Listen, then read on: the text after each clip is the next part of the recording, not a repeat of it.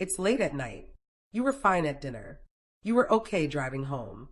You even laughed at something on your phone. But the second the lights went off and the room got quiet, it hit you like a truck. That crushing weight in your chest, the spiraling thoughts, the ache that feels like it belongs in your bones. If you've ever wondered why is heartbreak worse at night, like it has a schedule, like it knows exactly when you're most alone, you're about to find out. Because this isn't random. Your body is running a very specific program right now, and understanding what it's doing is the first step to making the night survivable again. Let's start with cortisol. You've probably heard of it as the stress hormone, but what most people don't realize is that cortisol is also your body's emotional armor. It peaks in the morning, shortly after you wake up, and it stays relatively high throughout the day.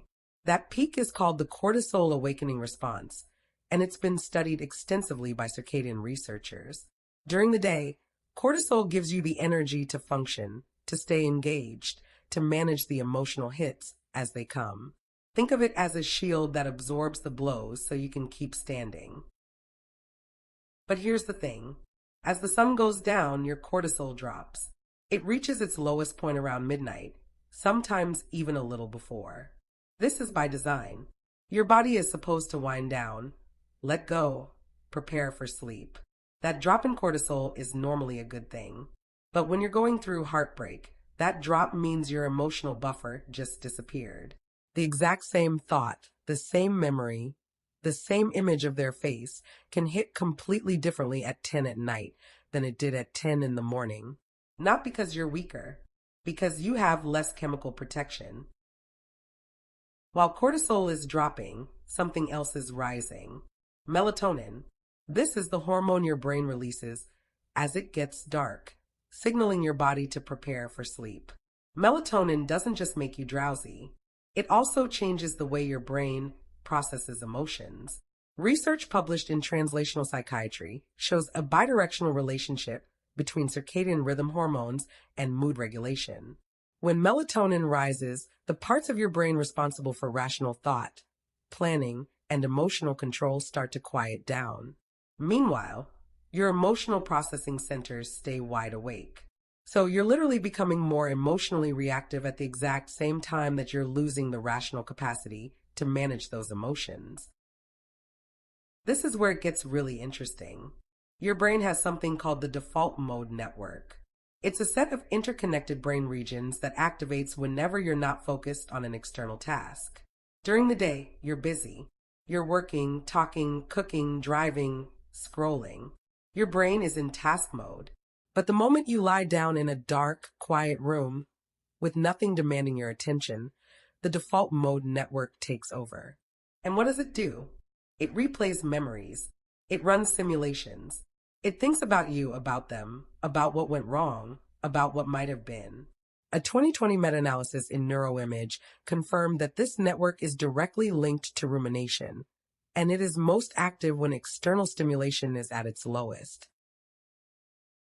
So now you've got the full picture of why the middle of the night feels like a war zone. Your cortisol armor is gone. Your melatonin is amplifying emotional sensitivity.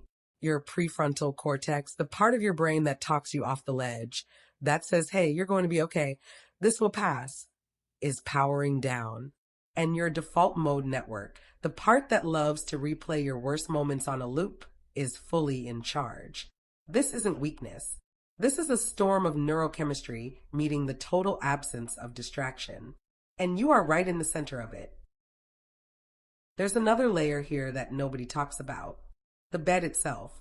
If you shared a bed with this person, even occasionally, your nervous system learned to associate that space with safety, warmth, and oxytocin, the bonding hormone.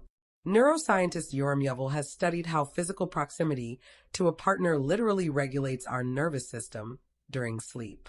Our heart rate, our breathing, our stress hormones all calibrate to the presence of another body. When that body is gone, your nervous system doesn't just feel lonely. It feels unregulated. The bed that once meant safety now feels like the most exposed place in your entire life. And then there's the silence. During the day, you have noise, traffic, conversations, background music, the hum of a refrigerator. Sound provides something your brain needs called sensory anchoring. It keeps your attention loosely tethered to the present moment.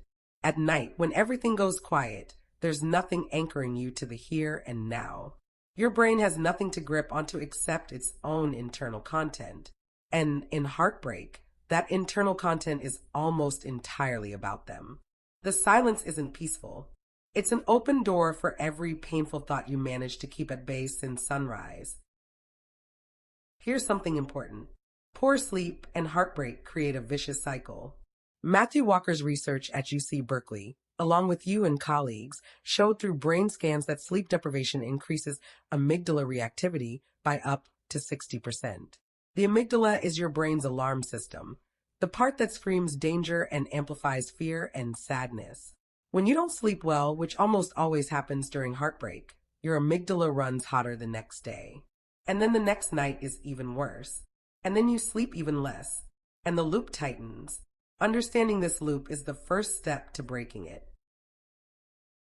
There's also something going on with how your brain processes memories at night, specifically. During the pre-sleep window, your brain enters a sort of review mode, where the emotional events of the day get replayed and prepared for long-term storage. Researchers call this memory consolidation. Normally, this process is helpful. But in heartbreak, the most emotionally charged content of your entire life is sitting right on the surface, ready to be processed. Your brain isn't trying to hurt you. It's trying to file what happened. But filing requires replaying, and replaying hurts. Now, let's talk about what you can actually do about it. Because knowing why it happens is only useful if it changes what you do next. The single most important thing is this. Do not let the night catch you off guard. Treat the hours between 9 in the evening and midnight like a bridge you need to cross, and build that bridge before you get to it. When the night is unstructured, that's when the spiral has room to run. So the very first tool is a gentle evening structure that occupies just enough of your brain to keep the default mode network from taking over completely. Start with your environment. Dim the lights about an hour before you plan to sleep. Not full darkness, just soft lighting. Bright overhead lights suppress melatonin and also keep your brain in alert mode, which sounds like it might help, but actually just delays sleep without reducing rumination. Warm light, on the other hand, allows your melatonin to rise naturally while creating a sensory context that tells your nervous system, this space is calm. Swap the overhead light for a small lamp. Light a candle if that's your thing. You are redesigning the room so that it stops being a stage for pain and starts being a container for rest. Next, the phone. I know this is hard, but here's the science. The blue light from your screen suppresses melatonin production by up to 50%. That alone would be reason enough. But there's a bigger problem. Every time you pick up your phone at night, you are one tap away from their profile, their messages, their photos. And remember what we talked about with dopamine, how every tiny check gives your brain just enough of a crumb to reset the addiction clock. At night, when your emotional defenses are already down, the damage of that one accidental scroll is 10 times worse. Put the phone in another room. Charge it in the kitchen. Give yourself a fighting chance. Now, let's talk about the breath again, because at night it's even more critical. When you lie down and the anxiety starts building, your breathing naturally becomes shallow and moves up into your chest. This is a physiological signature of fight or flight activation. You can reverse it on purpose.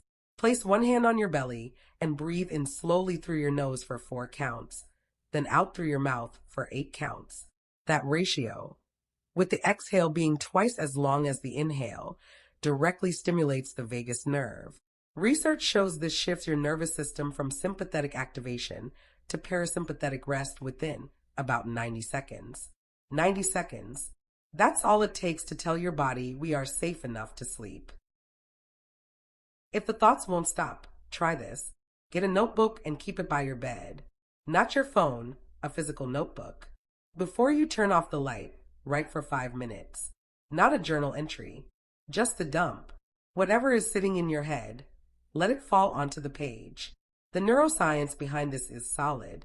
Pennybaker's research at the University of Texas showed that expressive writing before bed reduces intrusive thoughts and measurably improves sleep quality. The act of writing externalizes the thought. Once it's on paper, your brain doesn't feel the same urgency to keep it circling. You're literally taking the loop out of your head and putting it somewhere it can rest. Sound. Use sound. Your brain at night is starving for sensory input, and if you don't give it something, it will generate its own, which means rumination. A podcast, an audiobook, ambient rain sounds, anything that provides a gentle stream of external information for your brain to follow instead of spiraling inward. This isn't about distraction. It's about sensory anchoring. You are giving your default mode network something else to do. The key is to choose content that's engaging enough to hold your attention, but not so stimulating that it keeps you awake. Think nature documentary tone, not true crime. Temperature matters. Your body needs to drop its core temperature by about 1 to 2 degrees to initiate sleep. A warm shower or bath about 60 to 90 minutes before bed helps this happen. The warmth causes blood to rush to the surface of your skin, and when you step out, the rapid cooling triggers melatonin release and drops your core temperature efficiently. This isn't just folk wisdom. It's been confirmed by sleep research. For someone going through heartbreak, where every small edge matters, this is one of the easiest wins. Warm water also activates the parasympathetic nervous system, so you're calming your body and priming it for sleep at the same time. Here's one that's easy to overlook. Physical touch. When you sleep alone after sleeping next to someone, your body is missing the oxytocin and the nervous system regulation that came from skin contact. You can partially replace this. Hold a pillow against your chest. It sounds almost silly, but the pressure against your ribcage activates the same calming receptors that a hug does. A weighted blanket does something similar. Research on deep pressure stimulation shows it lowers cortisol and increases serotonin. You're not replacing them. You're giving your nervous system the physical input it needs to feel contained and safe enough to let go. Something that shifts the entire game. Talk to someone before bed. Not about the breakup necessarily. Just talk. Call a friend. Voice notes count. Even a short warm exchange with another human being triggers oxytocin, an endorphin release that lingers into the first hours of sleep. Remember, your nervous system is missing co-regulation, the presence of another body signaling safety. A 10-minute phone call can partially fill that gap in ways that scrolling alone in the dark absolutely cannot. If calling feels like too much, send a voice message to someone who cares about you. Let the sound of a familiar voice be the last thing your nervous system hears before sleep. If you wake up in the middle of the night with that familiar wave of dread, do not lie there fighting it. Get up. Go to a different room if you can. Sit in dim light and do something very gentle with your hands. Fold laundry. Make a cup of herbal tea. Organize a drawer. This isn't about productivity. It's about breaking the association between your bed and suffering. Sleep researchers call this stimulus control. If your brain learns that lying in bed equals ruminating, it will start ruminating the instant you lie down, almost reflexively. By getting up and only returning when you feel drowsy, you're retraining the association. Your bed should mean sleep, not war. Here's a perspective shift that might help right now. The night feels endless when you're in it, but it isn't. Every hard night you've had so far, you've survived. Every single one. The sun came up. Your body kept breathing. Your heart kept beating. And even though the pain was enormous, it did not destroy you. The nights are where heartbreak is loudest, yes, but they're also where something quiet is happening underneath the noise. Your brain is slowly, painfully, rewiring itself. Every night that passes without contact, without replaying, without the old reward, is a night where the old neural pathways get a little weaker and the new ones get a little stronger. You are healing in the dark, even when it doesn't feel like it. Let's talk about mornings for a second, because what you do the morning after a hard night matters enormously. Within the first hour of waking, get outside and let natural light reach your eyes for at least 10 minutes. This resets your circadian clock. It triggers the cortisol awakening response, which gives you back your emotional shield for the day. It also tells your brain to start counting down toward melatonin production at the right time that evening, which means tonight's sleep will be slightly better. One rough night doesn't have to cascade into a week of rough nights. The morning light is your circuit breaker. Movement in the morning also helps close the loop on a bad night. Even 10 minutes of walking rebalances cortisol, releases endorphins, and begins flushing the excess stress hormones that accumulated overnight. It's like pressing a gentle reset button on your nervous system before the day really starts. You don't need to run. You don't need to sweat. Just walk. Let your arms swing. Let your eyes scan the horizon. Your body was designed to regulate emotion through motion, and a morning walk after a bad night can genuinely shift the entire trajectory of the day that follows. Be careful with alcohol. I know a glass of wine at night feels like medicine when you're hurting, and chemically, it does work for about 45 minutes. Alcohol temporarily increases GABA, which calms neural activity. But then it does something brutal. It fragments your sleep architecture, suppresses REM sleep, and causes a cortisol rebound in the second half of the night. That's why you drink in the evening, fall asleep quickly, and wake up hours later with your heart pounding and your thoughts racing worse than ever. You didn't calm the pain. You delayed it and made it louder. If you can, swap the wine for herbal tea. Your nervous system will thank you before sunrise. Here's a small thing that carries a lot of weight. Before you turn off the light, try placing your hand on your chest and saying one kind thing to yourself. Something like, I got through today, or this is hard and I'm still here. Kristen Neff's research on self-compassion has shown that this simple practice lowers cortisol and increases heart rate variability, which is your body's measure of resilience. It sounds almost too simple to work. But your nervous system responds to warmth the same way a child responds to being held. You're not performing positivity. You're just offering yourself the tenderness you would easily give to a friend in the same situation. That matters, especially at night when nobody else is watching. And watch out for the comparison trap that night loves to spring on you. In the dark, your brain starts constructing vivid scenes of what they might be doing right now. Are they sleeping next to someone else? Are they happier without you? Are they even thinking about you at all? These scenes feel incredibly real, but they are almost entirely generated by your amygdala, which is running unchecked because your prefrontal cortex is offline.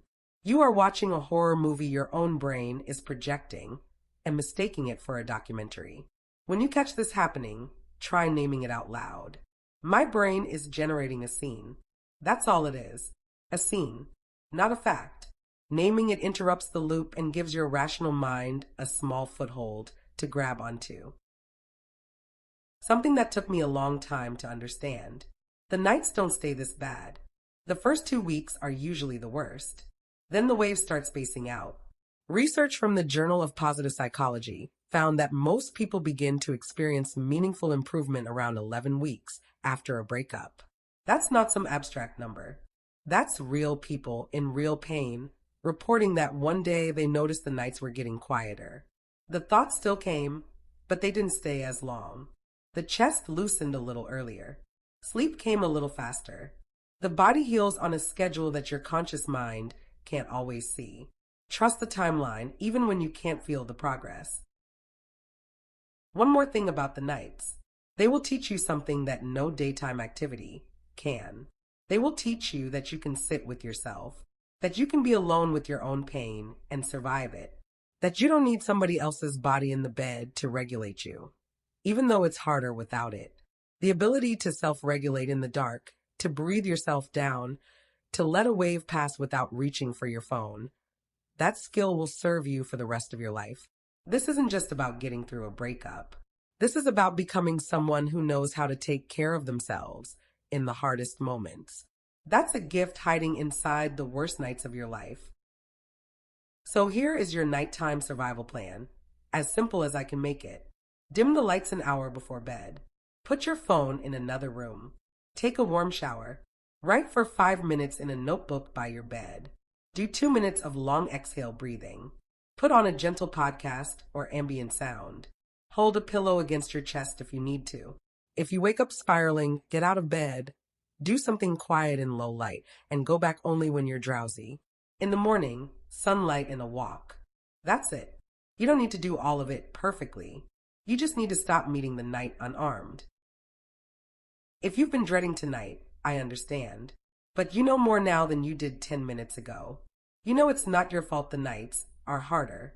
You know the chemistry. You know the wiring. And you have a small, practical toolkit to change how the night lands.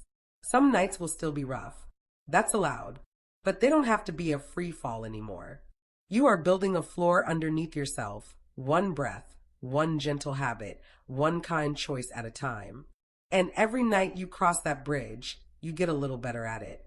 I promise you that. And hey, one more thing. If this landed for you, I built something called Inner Phoenix. It's a small, quiet 3D space you can walk through, with rooms for what you're noticing, what you're feeling, what you actually need, and what step to try next. It was designed for exactly these moments, the ones where you need a gentle place to go. No pressure. It's in the description below whenever you need it. Take care of yourself tonight.